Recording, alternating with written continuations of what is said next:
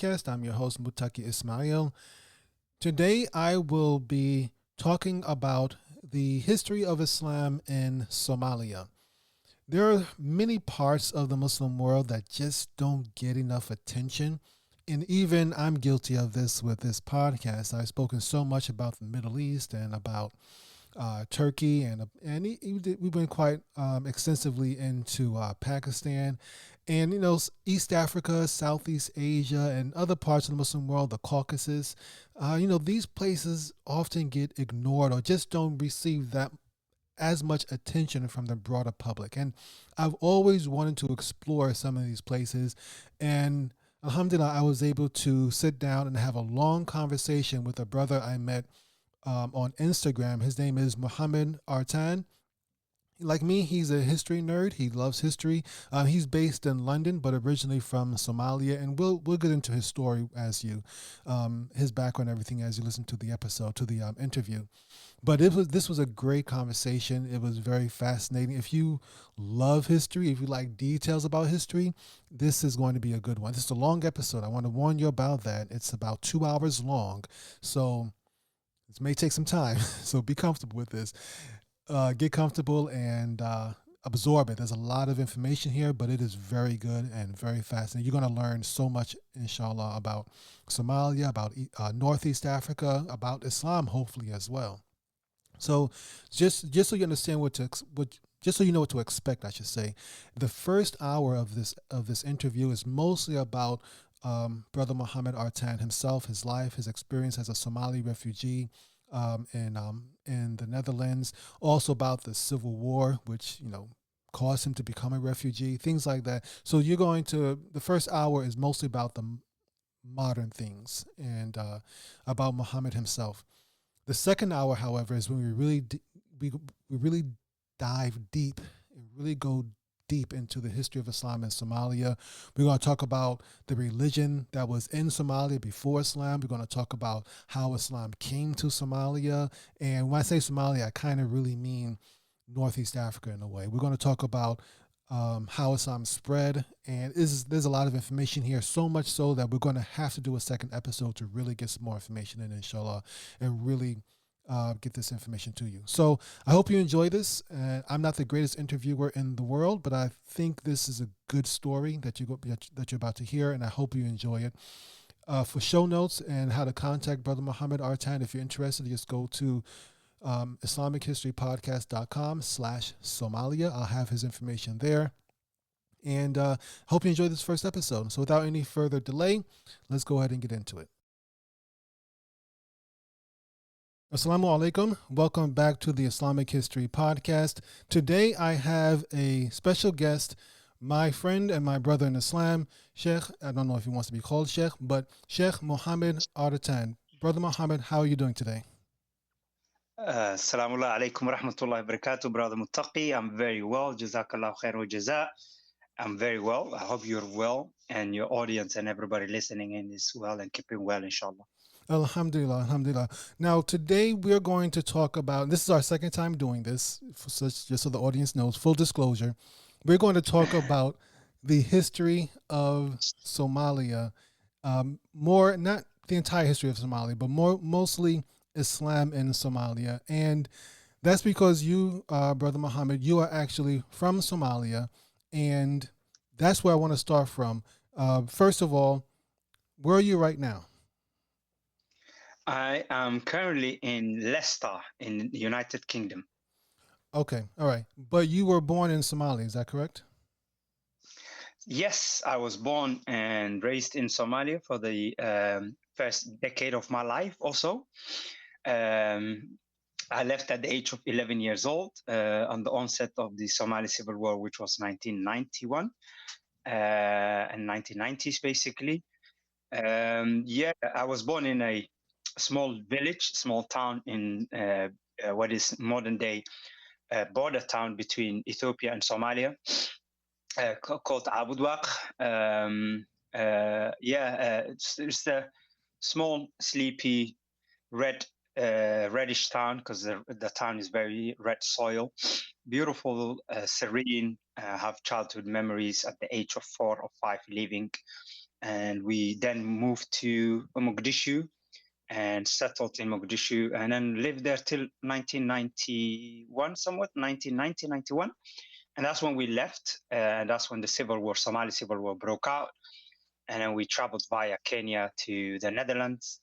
And yeah, that's my initial life at a young age, being born in Somalia and living the first decade of my life in the Somali Peninsula. Okay. Now we're gonna talk a little bit about the civil war that precipitated or that forced you and so many other Somalis to leave Somalia. But how long were you in the Netherlands before going to the UK? So I landed, or we landed, as in our family, my siblings and my mother. We landed in 1991, sometime 24th of December, on a sort of very whitish winter day. For a kid who obviously is born in Africa and raised in Africa, who's never seen snow and probably seen it in a movie or a CD here and there, it was a shock, to be honest, because we came via Kenya, Nairobi, and so the warmest thing or the coldest what we experienced and knew was probably African spring or something like that. And so yeah, it was a shock. I remember when we landed, we didn't land through the normal, how do you say, the bridge that people use for airplanes, where we had to sort of get off and take a bus to the terminal. And I remember actually seeing the white landscape and completely being shocked by it, because in the back of my mind, I used to hear like, oh yeah, we're going to white man's country and white people's country. And so the notion of whiteness completely shocked me when I saw the land was also white. Okay. And so It's not just the that people; was the land was white. yeah, the land was completely covered with white snow at the time, and I was really shocked. And it was Amsterdam Schiphol, the main airport. So yeah, we came, we got accepted as a refugee status. We lived there. I grew up in sort of my teenager years was around the mid 90s, 94, 95, 96. And those were the times that everybody was sort of, if you were black and young kid, you were kind of very into this black African culture, Right. African American culture, like, you know, hip hop, rap, all that stuff, you Of know. course, yeah. And so that was my formation years that I recall, because we lived in a small sort of town in the Netherlands, southern small town, which was very white, you know. So there were very few immigrants or minorities that lived there, and we were like probably the few black people that were there, except, you know, a couple of families that lived there before us. You mentioned. And so yeah, yeah. I'm sorry to interrupt, but you mentioned coming over with your mother and your siblings. What about your father? Was he not with you at that time? Oh yeah, no, my father was not with us at the time, because at the time, my father was a statesperson in a sense that he worked for the government back home, and so he worked from the age of early 30s, I would imagine. My dad was one way or the other some sort of a bureaucrat, so he worked in the offices and the government offices. So gradually came up in the ranks, as it were. And when the Civil War broke out, he was the governor of what is today probably the second largest economical hub in Somalia, which is known as Jubaland. Is a whole province and area with a capital city of Kismayo. And so yeah, that is what he was the head of. And then we lived in Mogadishu at the time, because we didn't live, because he he was being moved a lot. So he would be a mayor, he would be a city, he would be this. And so my parents, I think, made an early decision to say, you know, we're not going to continually move with you, so we're going to settle in one area. And so we lived in Mogadishu. And so my dad didn't come up with us because he was hopeful that the Civil War would not be too long, and so people would come together and form a new government after the military junta was sort of chased out the central government. So the military government was sort of toppled over. So people were really hopeful that they were gonna form again a civilian government. So a lot of these head of the governments and different stakeholders wanted to stay for the negotiations and meetings and stuff that was being held.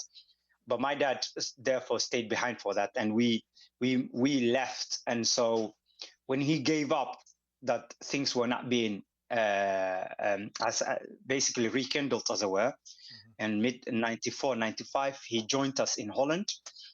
And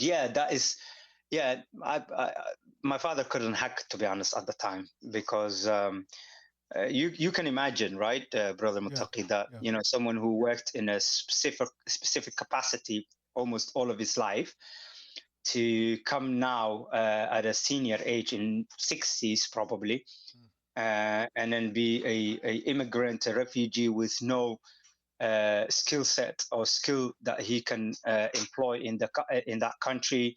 Right. He's treated as a somewhat second-class citizen, because obviously you're a refugee, and you have to learn a whole new language and everything. So I think my father, above anybody else, couldn't cope living that life, to be honest. Was there any problems with, I hate to use the word assimilating, but did you have any problems living in a mostly white town and being one of the few, or perhaps the only, Black people there or people of color there?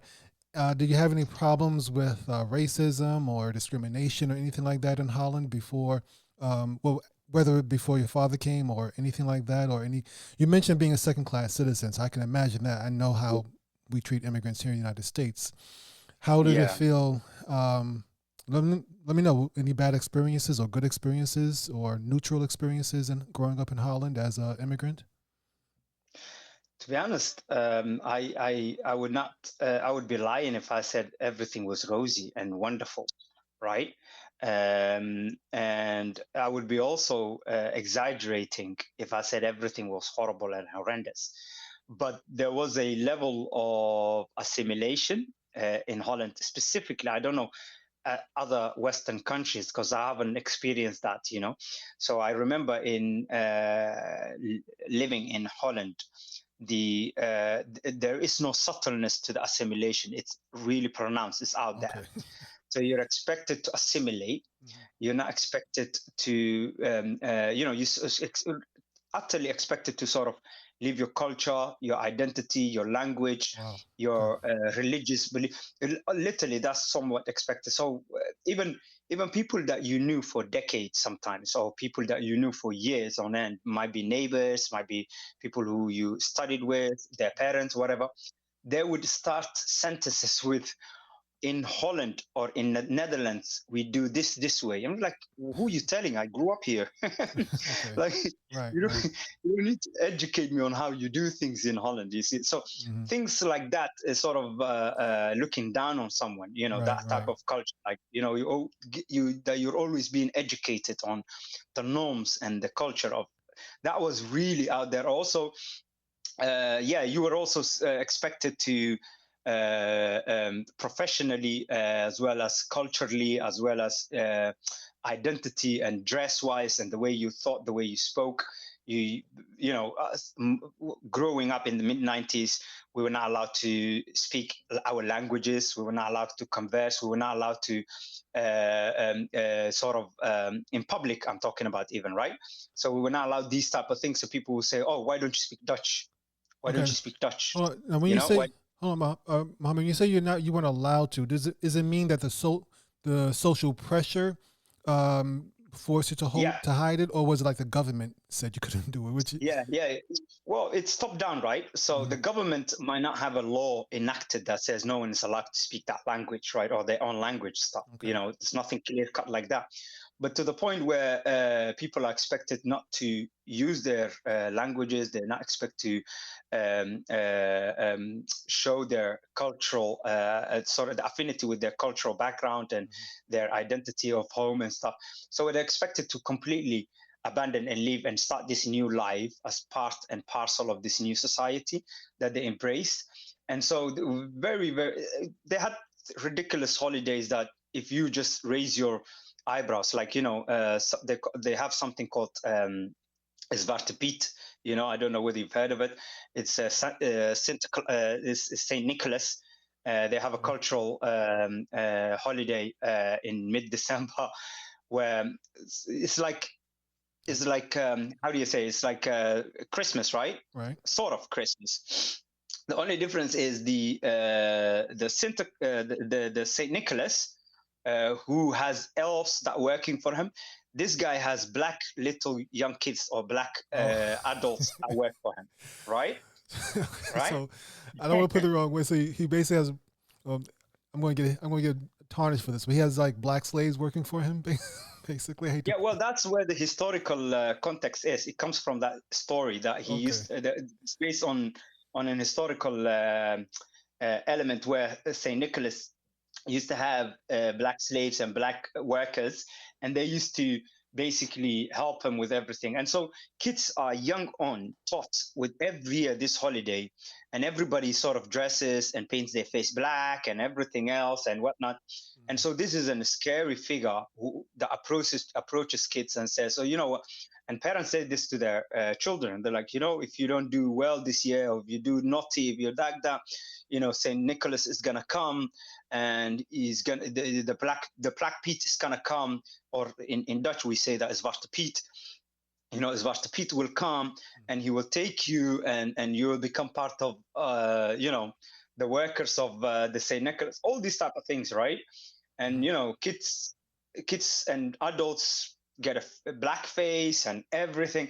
This till today they did it. There's always a big hoo-ha of people demonstrating and saying, like, come on, we live in 21st century, and you guys still doing this holiday. And they're like, attached to it. No, this is our culture. And this is one big thing with Holland as well. Yeah, I've heard of some of these stories. You heard, especially after the George Floyd incident last year, some of these the blackface that they did. And I didn't know it was I didn't know you had grown up around that stuff at that time. But I remember people talking about how this was offensive to many people of African descent.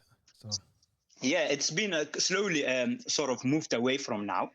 But it's a form of attacking Dutch culture if you start raising any negative, if you had any negative question about it, you would be seen as someone who is going against the Dutch culture, right?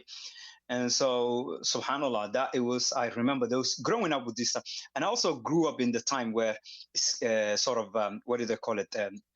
The skin, what is it called? The skin, skinheads, right? Okay, yeah. Nazi skinheads and white supremacists and stuff like that. Yeah. Yeah, they were very prevalent at the time, so very pronounced. Like they had their music, they had their looks, and they called you black. They shouted at you. This was very, very pronounced. It was like the hip thing to do. As if you were young, if you were white, very few people stepped out of that. I remember growing up with some of my friends who were Dutch and white.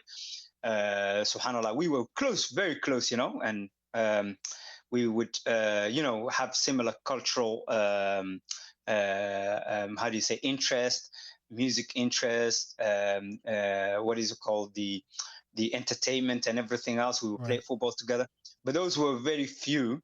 The majority of them would be proper skinheads, right?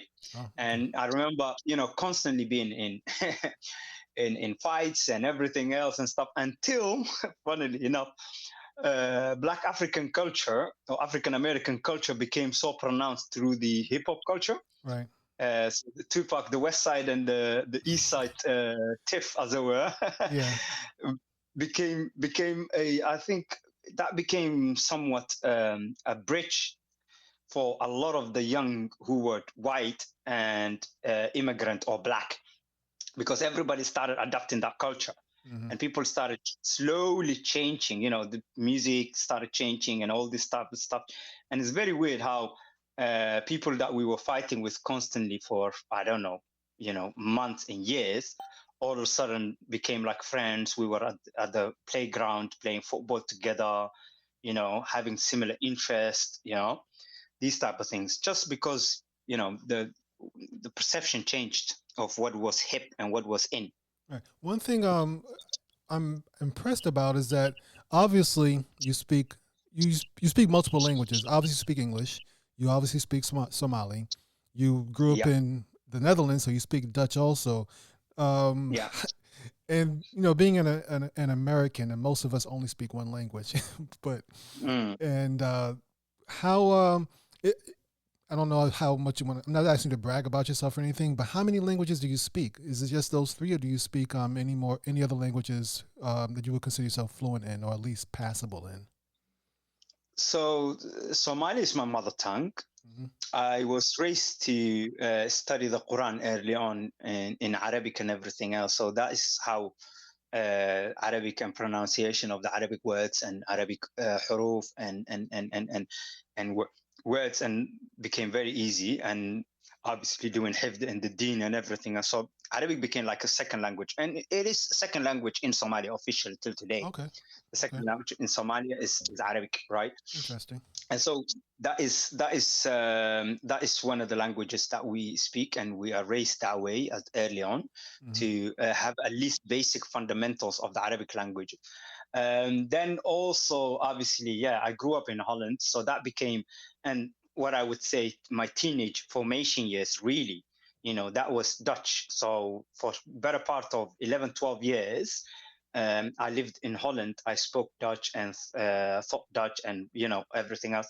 And in Holland, we had to sort of learn second or third language as a compulsory thing. So you either had choices of one of the European languages, like, English, German, French, or and most of the people chose either German because the Germans were very uh, bordered very closely with us, and Right. so we had a lot of German speakers and very close languages. So I opted initially for French, and I didn't like French, and then moved away from it, and then I just chose German. So yeah, I spoke and I learned officially the German language, but obviously because the German language is very close to the Dutch, Hmm. I've lost somewhat a lot of the German language throughout that time, throughout the time that I've been living in the UK. And so, yeah, I lived then.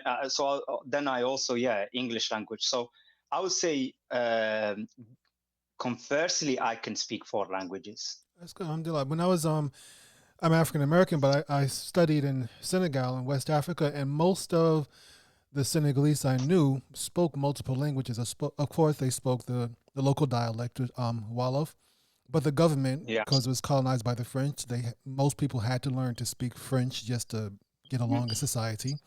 And of Yeah. Yeah. course, a Muslim country, they also learned Arabic, and many of them took classes in Arabic, so they had to speak Arabic fluently as well. Mm, And then many of them interesting. also, if they wanted any sort of higher education, they generally, not even higher, just high school education, often took English as a second language. So they learned English as Hmm. well. And then they have different cultures around them, like the Fulani. Maybe so many of them who have businesses with Fulani or different ethnic groups, they had to learn their languages or just living in society. So they often spoke three, four, Mm, five languages. It was amazing how people pick up so many languages at such a young age. It's really amazing. And because being here in the United States, where most people only speak one language, you might get a bilingual person, maybe a trilingual here and there. It's just really mm, amazing that it's so common in Subhanallah. Africa to for people to just Yeah. speak a bunch of languages. Alhamdulillah. So Yeah. I want to get back to your, and we're going to. Well, I know we spent a lot of time. We're going to get to Somalia, everybody. Don't worry. We're going to get to back to Somalia in a moment. But when you mentioned how your father, and if I'm exaggerating, if I'm misrepresenting it, let me know. He may have gone through a certain depression after coming to Mm, the Netherlands. He was a government bureaucrat, a very important person, lots of responsibility, and so now in his elder years, he's um, basically dependent on the government or dependent on other people. How did you guys get by during this period of time? Your father, of course, most likely did not work for the Dutch government, for the Netherlands government. So how did you guys get by? How did you make ends meet during this period of time? So there is a phase initially that we were on, which is obviously refugee status, because we want immigrants, right? Because immigration to migrate somewhere has a specific rules and specific regulations attached to it, and obviously that comes with sets of a rights, right, and responsibilities. Whereas if you're a refugee, it's completely something else. It's a complete different conversation, right? And so we were refugees at the time, and so we were kind of expected at first to learn the language, to live and become part of the society. For the first 2-3 years, sort of learning the language, the culture, living in what they called camps, right? Refugee camps. So you live in refugee camps. I wouldn't call camps, because one of the beneficial things that I remember from there, it was like, holiday resort. We literally lived in a holiday resort as camp, right? So one of the beautiful memories I have early on is like having access to swimming pools and, facilities to horse riding next door, things like that, Okay. So and because a luxurious refugee camp, I suppose. Yeah, exactly. Because the Dutch government was very new to this, I think, refugee element, because every government was taking sort of percentage of the Somali refugees, and because of the civil war.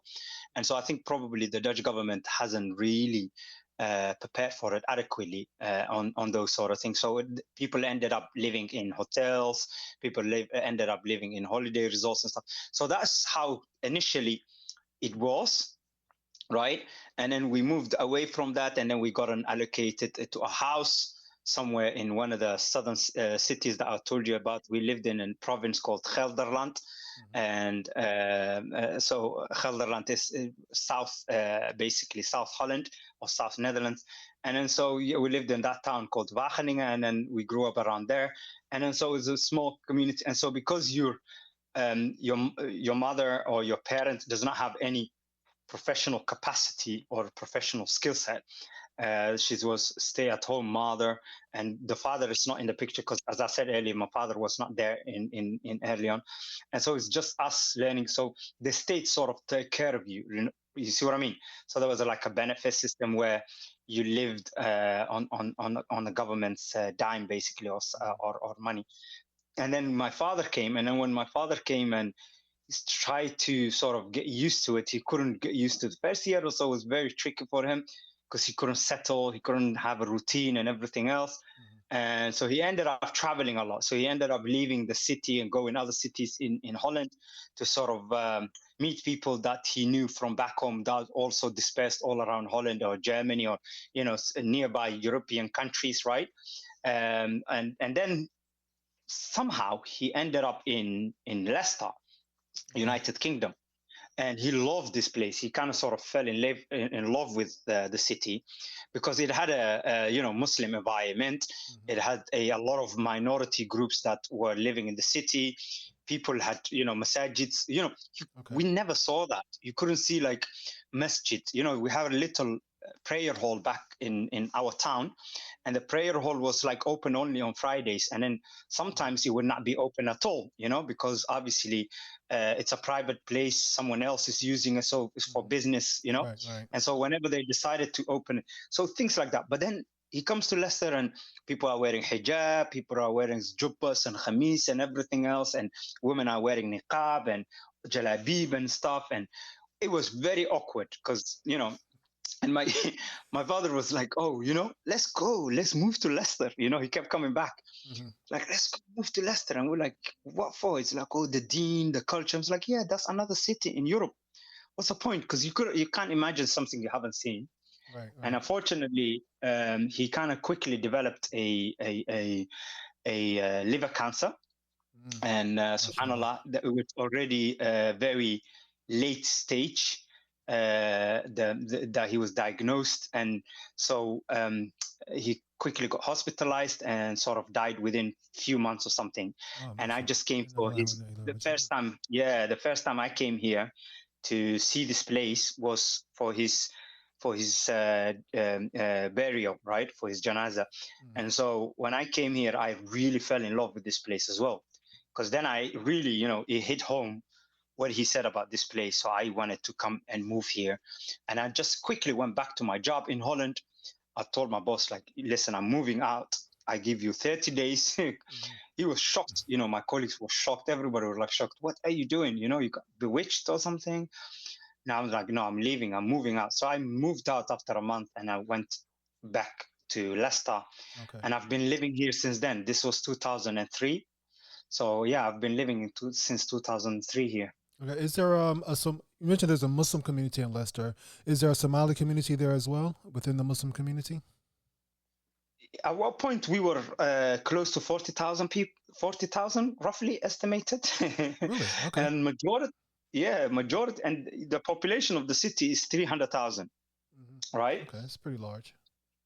Yeah, and so we are also one of the probably we're going to be the first city in Europe to have a majority-minority group soon, because we are very close to that 50-50 now. And I think this was a year or something ago. Last time I checked the census, but the census are coming. We did our national census now last few months, so we'll probably see it that we are either over that threshold of minority group, or that we are very close to it. So majority of minority groups is like, Somalis are the largest African stock here. Okay. We have a African Caribbean, how do you say it? People from the West Indies, large numbers of it. We have recently more Sudanese and other Eritreans and Ethiopians that live here and recently came and moved, settled. But majority of the Black people who moved here and settled in around about the early 2000 were Somalis.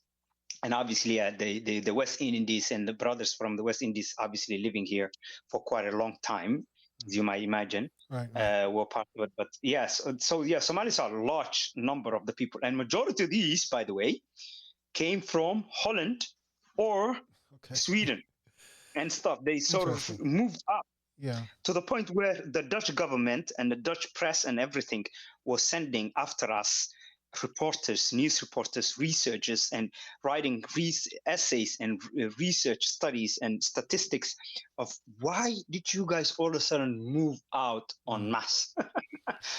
Because it felt like en masse, because, Holland is a small country with 15 million population, And so a lot of them move and not only settle in Leicester, but Bristol, Cardiff, London, Birmingham, all these places where Somalis moved to, And I'm talking about probably close to the majority of the Somalis who were living in Holland at the time.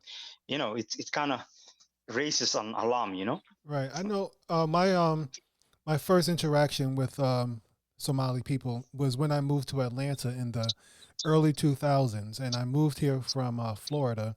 I moved to Atlanta in the early 2000s, like 2002. So you talk about maybe 6 months after 9/11. So I moved to so I moved to Atlanta, and my wife. We had one child. My oldest son now, who's now 20. He was only this is 2001, so he was maybe about a year old at the time. We moved to Atlanta, and we were living in a hotel because I had just gotten a job in Atlanta out of college. So we moved to Atlanta, and my wife was pregnant with my second child, who's now 18 years old. But at the time, we were living at a hotel, and I finally had started my job, and I was looking for a place to move to, and we wanted to live around Muslims and everything. We had moved from a small city in Florida. Moved to Atlanta. It was like, where are the Muslims in Atlanta? Because we don't see anybody. So we started driving around looking for a place to stay. And I didn't know the city at that time. Eventually, we're driving close to by where I'm going to be working at.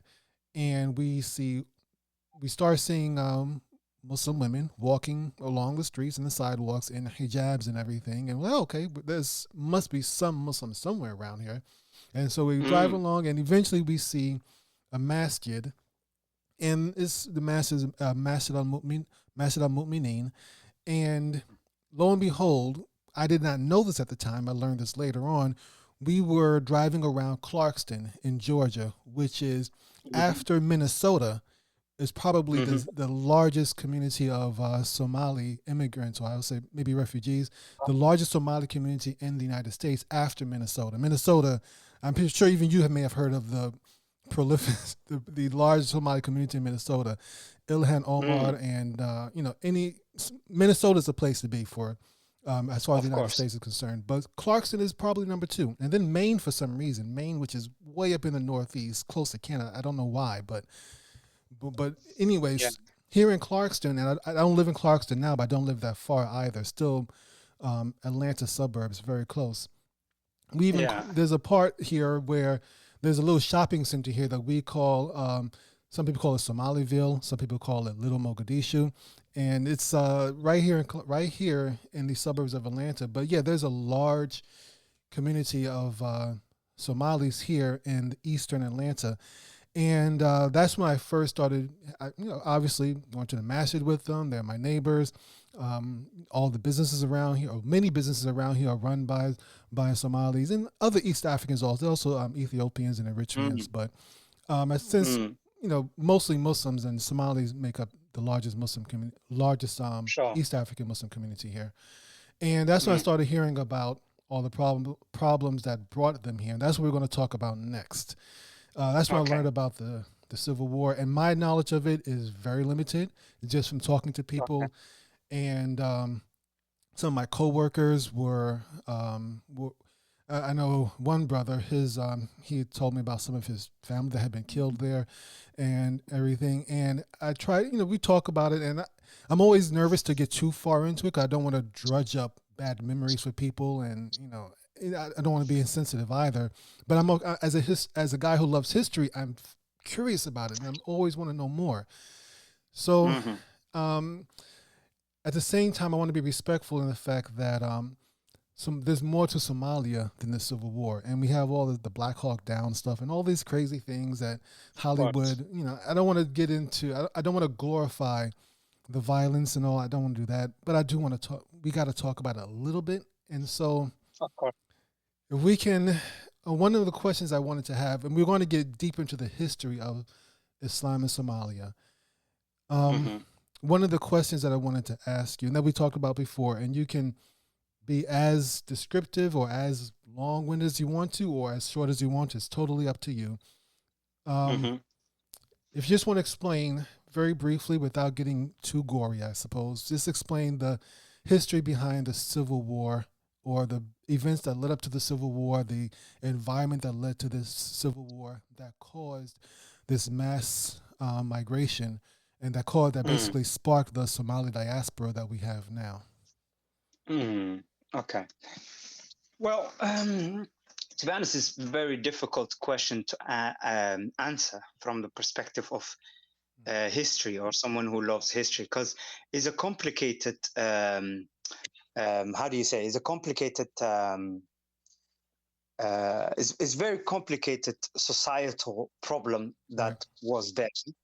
And I don't want to do it injustice by saying it was caused by A or B or C, Right. despite people actually preferring that type of option, because there's a lot of academic papers written on it. There's a lot of stuff that's being generated. There's scholarly works written. So much. So it's produced. This question's produced a lot of literature Mhm.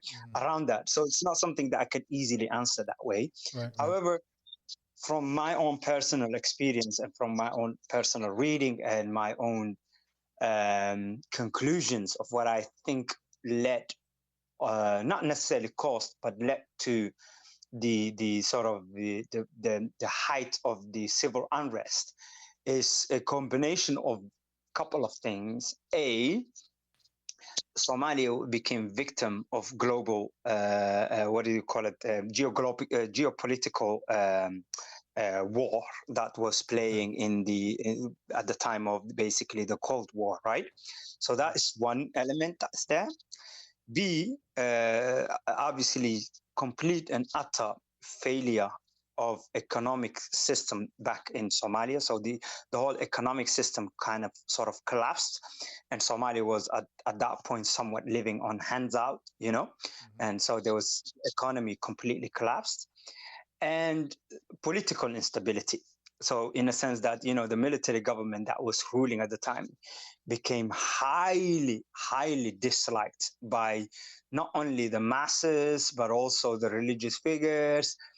clans sort of started getting loyalties and support from neighboring countries, and the opposition became very great, and in turn also the government itself became very oppressive, very dictatorial, sort of enforced the law by the iron rod, as it were. So, and combination of these things led to the complete collapse of the Somali state at the time, right? And so, because now the thing is, the question that a lot of people then, as a consequence, asked and received less satisfactory answer is, why then didn't the UN intervene, for example? Why then did the rest of the world come together and sort of help the Somali nation and Somali people put together? Because that, in many other places, when these type of things was happening in similar timeline, the world sort of intervened, whether through local how do you say, local partners, or international bodies such as the UN and whatnot, right? Okay. And so this did not happen with the Somalis. Obviously, you could say, yeah, there was an attempt made when, that episode which you just mentioned about Black Hawk Down, that was not really, the Black Hawk Down was not really designed, or the involvement of the Americans was not really designed of keeping peace, though the title of peace, sort of peacekeeping force was used. It was more like having a camp somewhere and just showing a presence and making sure that Mogadishu, which was the capital, that the UN had some sort of a presence there to donate and maintain the donor system that was going on. So because of the drought, because of the famine, because of the civil war, a lot of people kept dying. And these things were seen on the TVs in the Western Hemisphere and places like the US and UK and Europe and stuff. And a lot of people were like, this is not acceptable. How can people not intervene? And so these countries and nations just sort of to maintain their status quo, kind of wanted to keep the donor system going and guard the donor system. So a lot of these UN peace force and the Americans later on coming and sort of trying to get one of the local leaders in Mogadishu at the time by the name of General Mohammed Aidid, and trying to get him and trying to arrest him, the Americans, because that's what Black Hawk Down was about, the AKA or quote unquote warlord. They wanted to arrest a warlord, right? Who was one of the early officers of the Somali government at the time when the government was still functioning. But they wanted to arrest them because the civil unrest and the aid was not going through to the people that it needed to because of his involvement and everything. So they wanted to arrest him, and that is where the whole commandos and the whole Black Hawk Down episode comes from, because they wanted to arrest them in a dark of a night, and obviously they got their ass handed to them. Apologies for that language. It's fine. Maybe we'll get rid of that. Yeah, so that is one of the reasons that happened. That it happened because of that. So the world didn't really much of it care of it, because everybody was going through. A lot of nations in the world were going through a lot of issues at the time. The Americans were going through Bosnia, Rwanda. Of course, Israel, Palestine was always going on. So yeah, there were a lot of things going on at that time. Yeah, and also you remember Bill Clinton, obviously George W. Bush Senior. Yeah, we just wrapped up the first Iraq War, right? Exactly. That was unpopular, and obviously the government was going, and then obviously these Democrats came to power with Bill Clinton, and then Bill Clinton had his own sort of policies and stuff, things that he prioritized, and he didn't want to really intervene, and then obviously a whole what was it, Lewinsky thing happened, and so on and so on and so on. So Somalia was not on the radar with anybody to sort of come together. Yeah, there was meetings here and there that was held in Djibouti, sort of to get the different factions together and have a discussion and talk. But that never became anything fruitful, because they didn't really push for it as they are pushing for it now. At the moment, they're pushing for it. At the moment, they want to get the whole Somali government going, because obviously due to the Al Qaeda system or Al Qaeda affiliation with Al Shabaab on the ground, because they don't want Somalia to be affected by that, as well as the piracy issue. So all these things put together, they class Somalia as a strategic danger, as a strategic place where they couldn't leave it to the status quo. So they had to sort of intervene. That's why the UN is sort of there now, Okay. One question I wanted to ask you, and this is mostly to dispel the idea that Islam equals war, or Islam is violence, or wherever there's Islam, there's violence and stuff like that. Did the religion of Islam, or were there any religious motives that contributed to the unrest and the civil war in Somalia? Sorry, repeat that question. Did what? This is mostly to the anti-Islam crowd that tries to portray the idea that Islam equals violence, or wherever there's Islam, there's violence and there's warfare in so many Muslim countries. Did Islam, the religion itself, have anything to do with the civil war in Somalia, or were there any religious factors that contributed to the civil war in Somalia? I don't believe there is a religious factor that sort of caused the civil war. There was a religious element that was part of the unrest. Like anything else that we mentioned earlier on, there was a clan factor, there was economic issue, there was an sort of a dictatorial and oppressions issue level, and there was a geopolitical issue that was going on between Russia and the United States, what was the USSR at the time, because the USSR had a base in Somalia and was a close ally to Somalia until they switched places with the Ethiopians, and they supported the Ethiopians, and so the Somalis became a de facto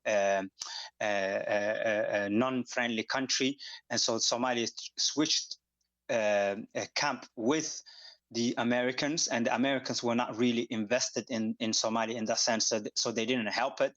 Somalia as much. So all these factors and elements were there in terms of the unrest, and that included obviously a religious element, whereby scholars that returned from what he called Azhar or Egypt, and persuaded by the Ikhwan al-Muslimin, right, as well as scholars, young scholars who returned from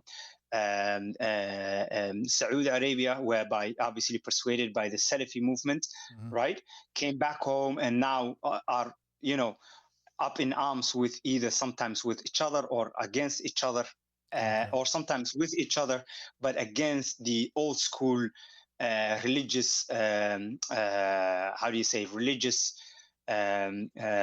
religious group, which was the Sufis, Ash'ari, Qadiri type of scholars that has always been in power and in working relationship with the government, right? Because the Qadi, the head of the Ministry of Awqaf, the Ministry of Religious Affairs, was a Qadiri Sheikh.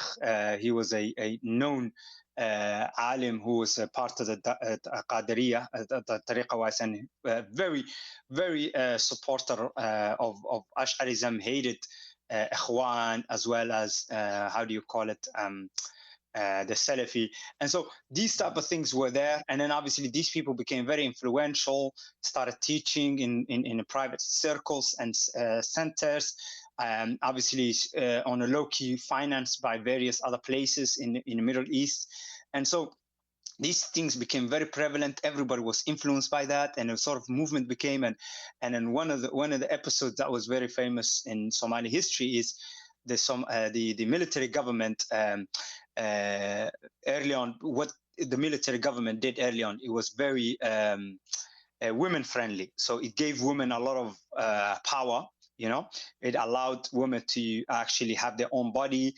Things that are related to women were obviously championed by women. It was laws were fashioned by women, majority of it. So what one of these women body or the part of the government did was they were supposed to come up with a family law that became friendly towards women, because women's rights were really, really, really bad, right? Okay.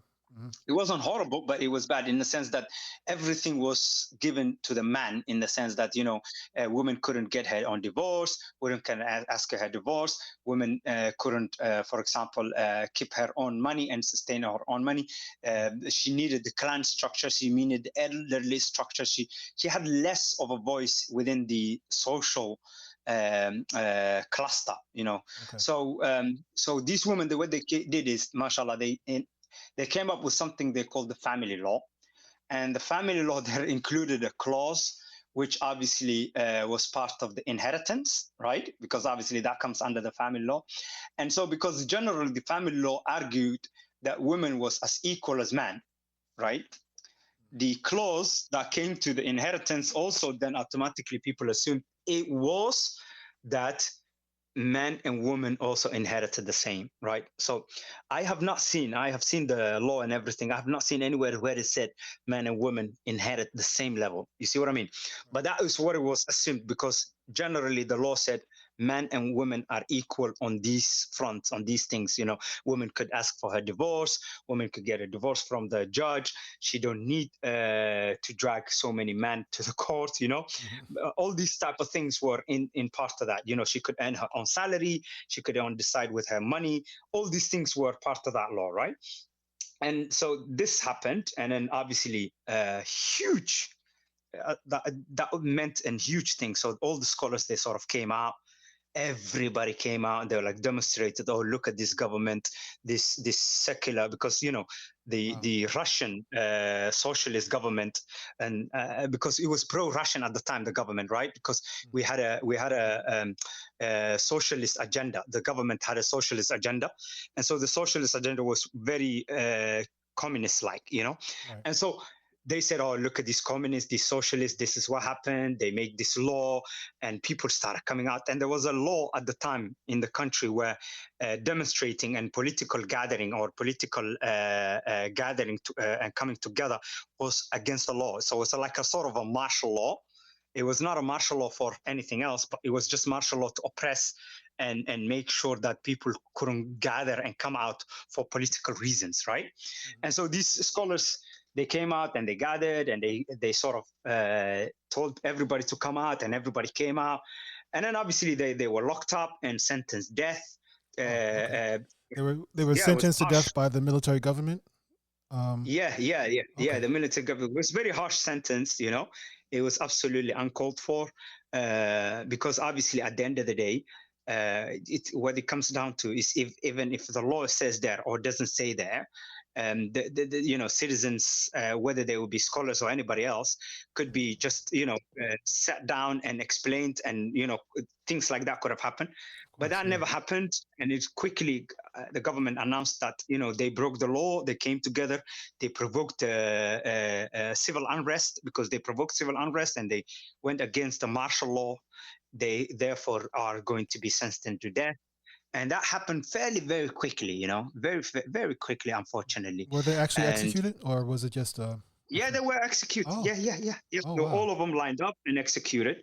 All of them were lined up. They were young scholars. They were not senior figures.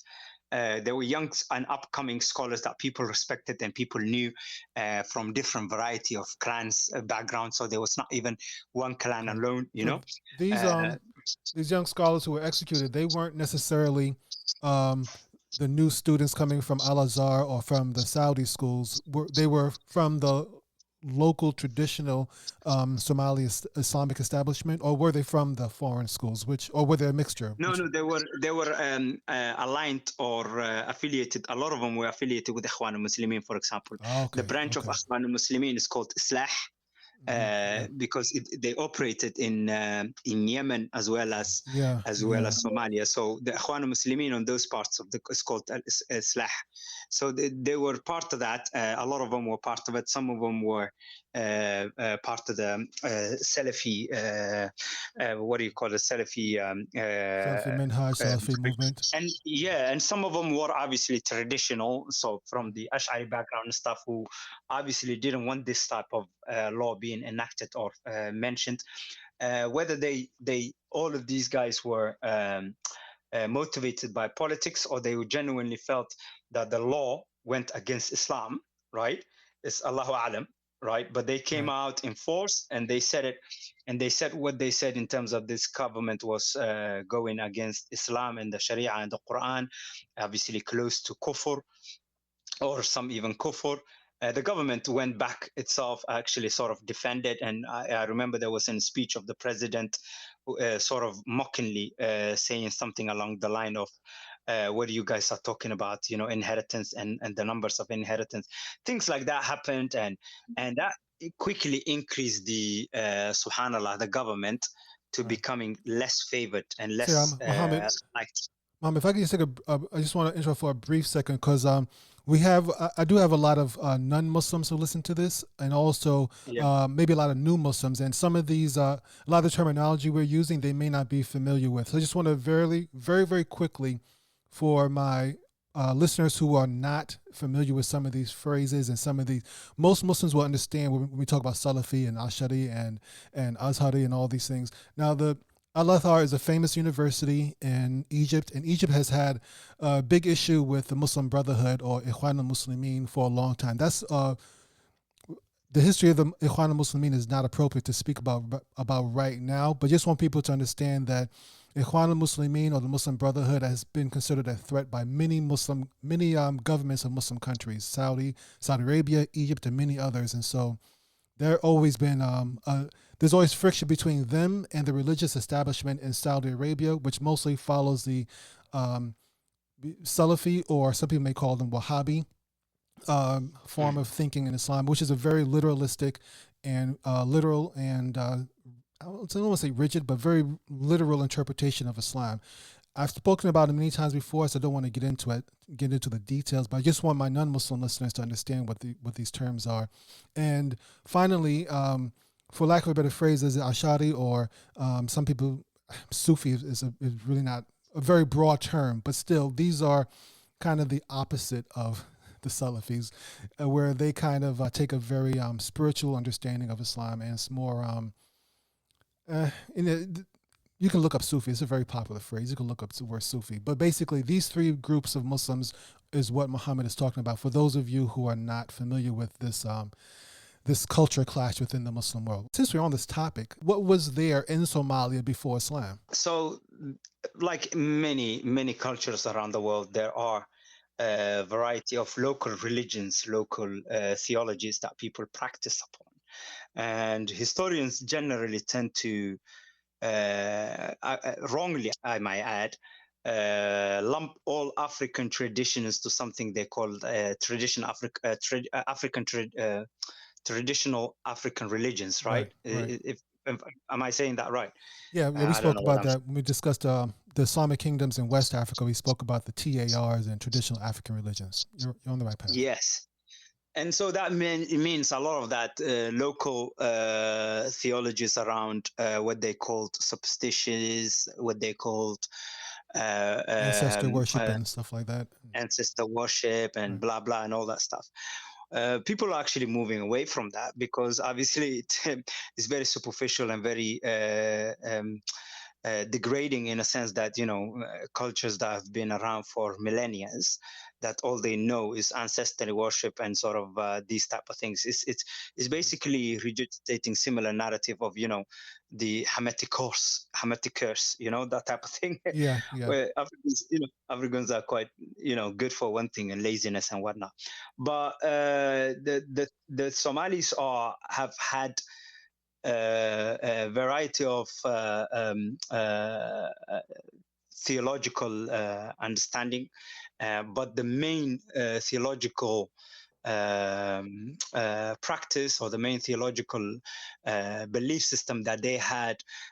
Specifically, we're talking about Somalis. By the way, I need to sort of explain something here. When I say Somalis, I really want people to sort of situate themselves that when I say Somalis, that you should not just have an image of this concept of that Somalis are culturally, linguistically, ethnically one people, just one thing. That's a lot of the times what people get. That's what has been sold to us in terms of when people are telling histories, when colonial scholarship have been writing history about Somalia and whatnot. This is the type of narrative that has been pushed out. Even the Somali government have this been pushed out and sort of slowly drilled into us to the point where we think Somalis are one, in a sense, linguistically, culturally, ethnically, that we are completely one. We're not. We're diverse people with diverse languages, diverse dialects, diverse cultures, and sometimes diverse ethnicities. Okay. But for the majority of the Somalis, what we know, they are people who are pastoralists. So what we call, they either live of the land, so they're agro-pastoralists, or they live of the animals. Like, they basically herd animals such as camels. For the majority of the Somalis, they live around camel